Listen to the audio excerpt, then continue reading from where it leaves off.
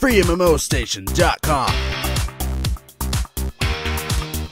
Hey guys, what's going on? Welcome to the station, FreeMMOStation that is. I'm Skylent Shore, and today we're doing a first impression on Azir, League of Legends' new champion. So right off the bat, let me say that I really like his design aesthetic, and I think his kit overall is really unique, especially in League of Legends where you don't really have much entity control, manipulation over minions, stuff like that. We have Shaco Clone, LeBlanc. I mean, really, we're very limited in League of Legends, unlike Dota, which has a lot more champions like that. Even itemizations where you can do that. So having a puppet master in this game really excites me. But now, in practice, how does it feel? Well, we're just going to start off, we're going to be really negative right now. We're going to be talking about what I really don't like about him. For one, you have to take a rise at level 1. No other champion in the game are you forced to take an ability.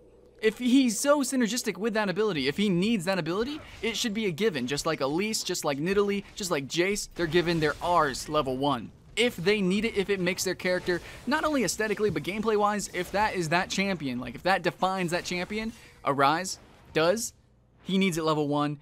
And it sucks that we are forced to take level 1 and forced to pick it instead of being able to level up something else. Because just having a rise is really not useful at all. In fact, you need level 2 to pretty much do anything at all. And that's completely tragic. Completely tragic. Okay, so now why is a rise so useless? Well, a rise is so useless early on because you have such low attack speed that you might get one attack off. Even if you have 2 soldiers, very little chance that you're gonna have 2 soldiers and they're gonna be in range of both of them. But if even so, you're just gonna get 1 attack off. It's gonna do barely any damage. And then, you know, it costs a lot of mana.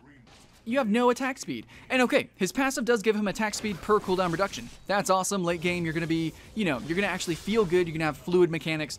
But the early game, in conjunction with forcing you to take a rise level 1, it feels really bad, and his laning phase is just pretty awful. Luckily though, even if you do fall behind, he's still going to be useful. He can provide AoE slows. His ultimate is a giant shield that bounces and pushes people backwards, which you can actually use offensively, and I think it's best to use offensively. Of course, it's still a great disengage, but overall, I feel like Azir is just sort of in a gray area. He's either a mid or he's a support. I don't know. He's in a gray area. I don't think people really know how to play him or itemize him. Personally, I think he's going to be a great support, great area denial. His fluid mechanics aren't exactly there. He's really clunky still. I don't know what's going on with that, if those are bugs or anything, so I can't really comment too much on that.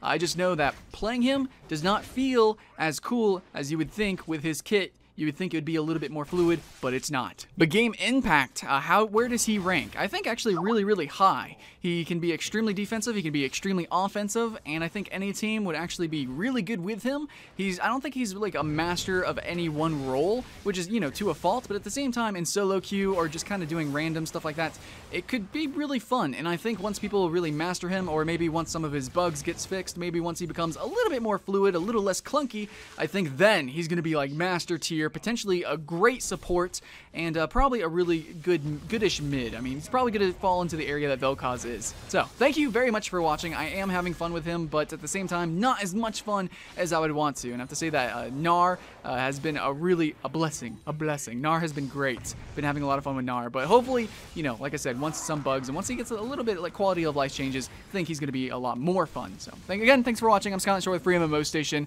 and hopefully I'll see you on the Rift sometime soon.